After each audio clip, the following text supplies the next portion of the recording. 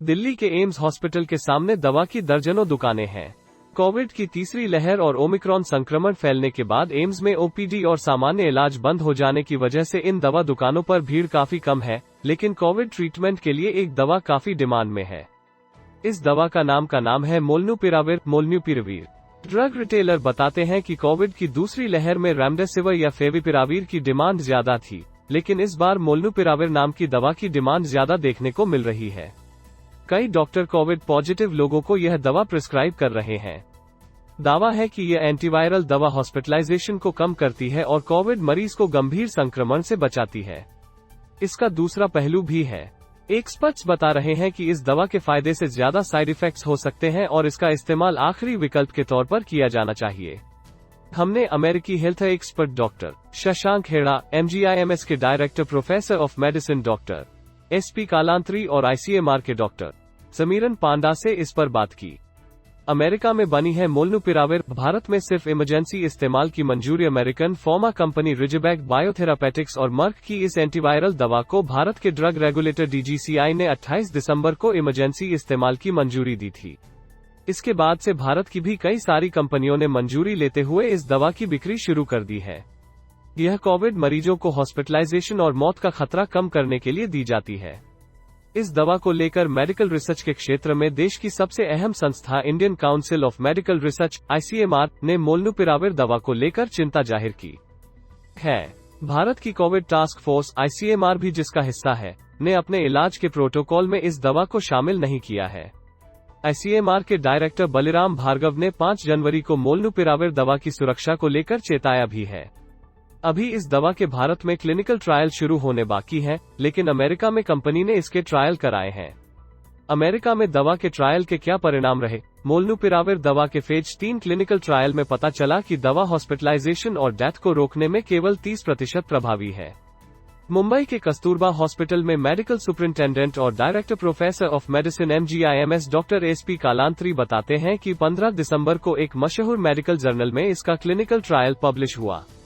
America में करीब 1400 Covid मरीजों पर इस दवा का ट्रायल किया गया।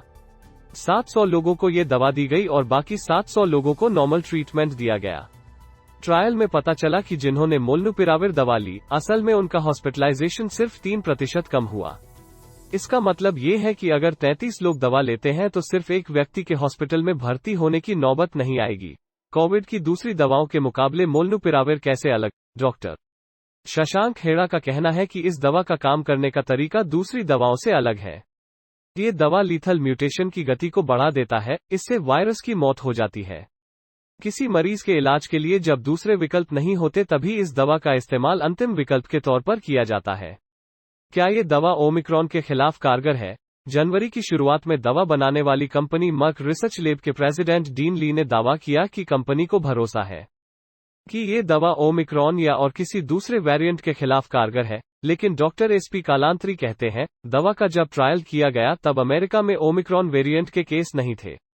आज जब 2022 में ओमिक्रॉन संक्रमण सबसे ज्यादा हो रहा है तो क्या ये दवा अब कारगर होगी? इसे लेकर कोई डेटा नहीं है।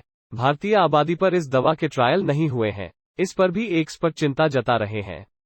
डॉक्टर कालांत्री कहते हैं, जिस ट्रायल के आधार पर इसे भारत में इस्तेमाल की मंजूरी दी गई है वो ट्रायल अमेरिकन और यूरोपियन आबादी पर हुआ था।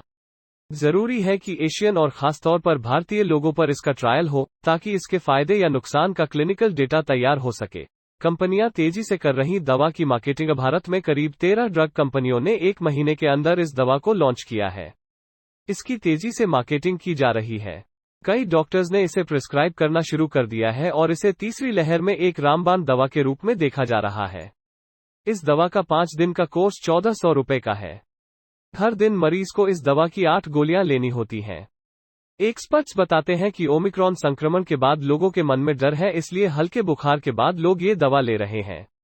लोग सीधे मेडिकल स्टोर्स जाकर ये दवा ना खरीदें। ICMR के मेडिकल एक्सपर्ट और डॉक्टर समीरन पांडा का कहना है कि भले ही DGCI ने मोलनुपिराविर को मंजूरी दे दी है, लेकिन जब तक भारत में इस दवा के ट्रायल नहीं हो जाते हम इसे कोविड ट्रीटमेंट प्रोटोकॉल में शामिल नहीं कर सकते हैं।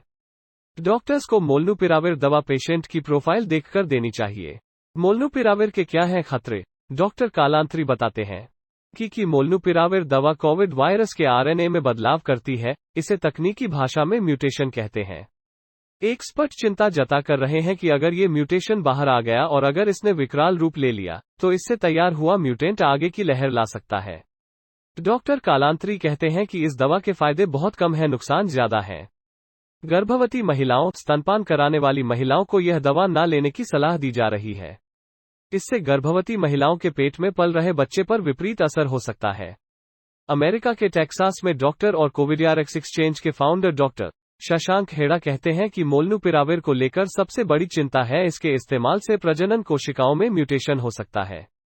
हड्डियों और कार्टिलेज में भी दिक्कत आ सकती है।